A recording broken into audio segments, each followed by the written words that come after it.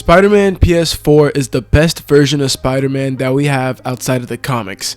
Now I know what you're thinking, Tobey Maguire's a better Spider-Man, Andrew Garfield's a better Spider-Man, Tom Holland's a better Spider-Man. Now while there have been many different takes on the wall crawler, in today's video we will be going over why Peter Parker from Insomniac's universe is the best one. But before we get into that, please make sure to spam that like button and subscribe. Now let's bring up the first reason why PS4 Spider-Man is the best. The personality. Now, Spider-Man has a reputation for being loud and making one-liners while fighting his enemies, and we have seen every version of Spider-Man try to do this, and well, some are better than others. Nobody.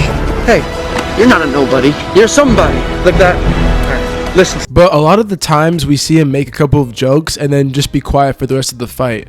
But while playing this game, I was surprised that I actually laughed a lot, and he was like that the whole entire time. He had pretty funny one-liners and they were always different depending on the situation, and I'm glad this trend seems to carry over to the next game. I didn't know there were bears in these woods.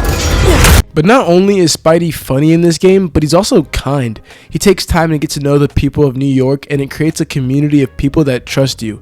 I mean, dude, the nigga has a Twitter account with 5 million fans. Even though we have seen Spider-Man fight some crazy villains, he is and will always be that friendly neighborhood Spider-Man. And this game feels like that. From doing super small scale missions like chasing a couple of pigeons around, which was actually fun, we also see how strong Peter's determination to help people is. And nothing shows this more than when Aunt May is on her deathbed. Take off your mask. I want to see my nephew. Aunt May's death is one of the saddest video game deaths I have ever seen, and I for one did not expect them to kill her off, and the way she died really showed me that Insomniac understands the character of Spider-Man. Peter had a chance to save the one person who has been there for him since the beginning, his Aunt May, or save New York. Now I'm gonna go out on a limb and say most people in that situation would pick their loved one, but Spider-Man is different, and we see that he knows what he has to do. It's just really hard to handle. And that scene of him doing the right thing is one of my favorite Spider-Man scenes ever. But now that we got the Spider-Man side out of the way, let's talk about his alter ego, Peter Parker.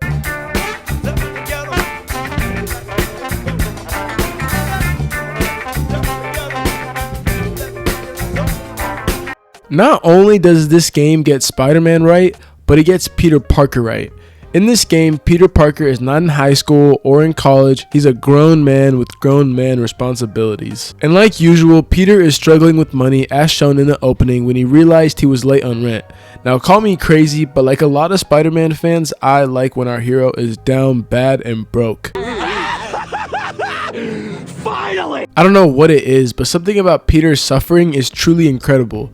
This is partially the reason why I like the ending of Spider-Man No Way Home so much, because down on his luck, Peter Parker is when I am the most interested.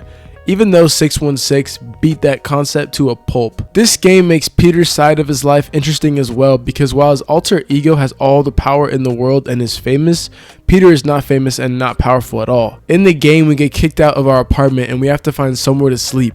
This is a very cool way of Peter's life and being more grounded in realism, while his alter ego side isn't grounded in realism at all. There's even a mission where we have to go digging through garbage to find our stuff that was thrown out. We also see how being Spider-Man has affected all aspects of Peter's life, which is the reason why he's always late to work and slacking off, even though he's a genius and wants to be at work.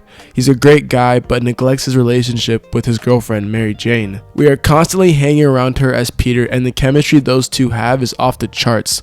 Peter's life is a drama, and in this one, something crazy is always happening.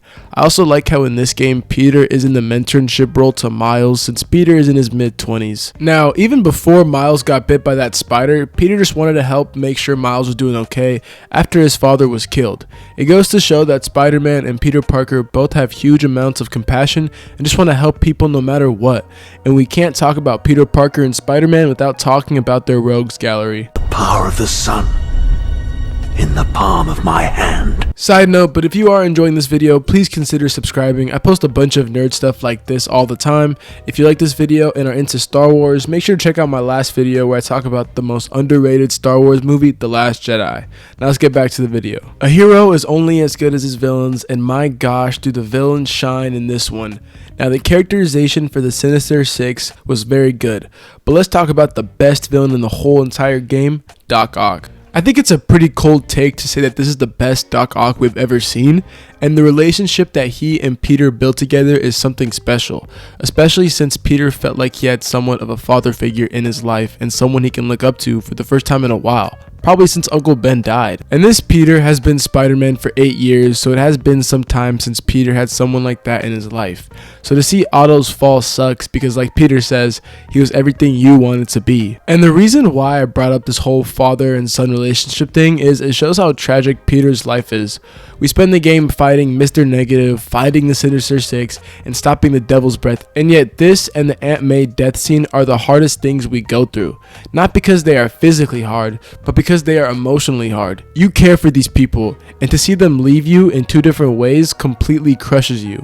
Spider-Man's hardest battles are the ones he has to fight within himself and emotionally, and I think this game mastered those emotional battles perfectly. I think the Insomniac version of Spider-Man is the best we have ever received outside of the comics. They nail his personality, his rogues gallery, the people in his life like MJ and Aunt May, and most importantly, they get his values down. We know that in the sequel, Peter is going to be attached to Venom, and I can't wait to see how the symbiote affects his life. See y'all next time.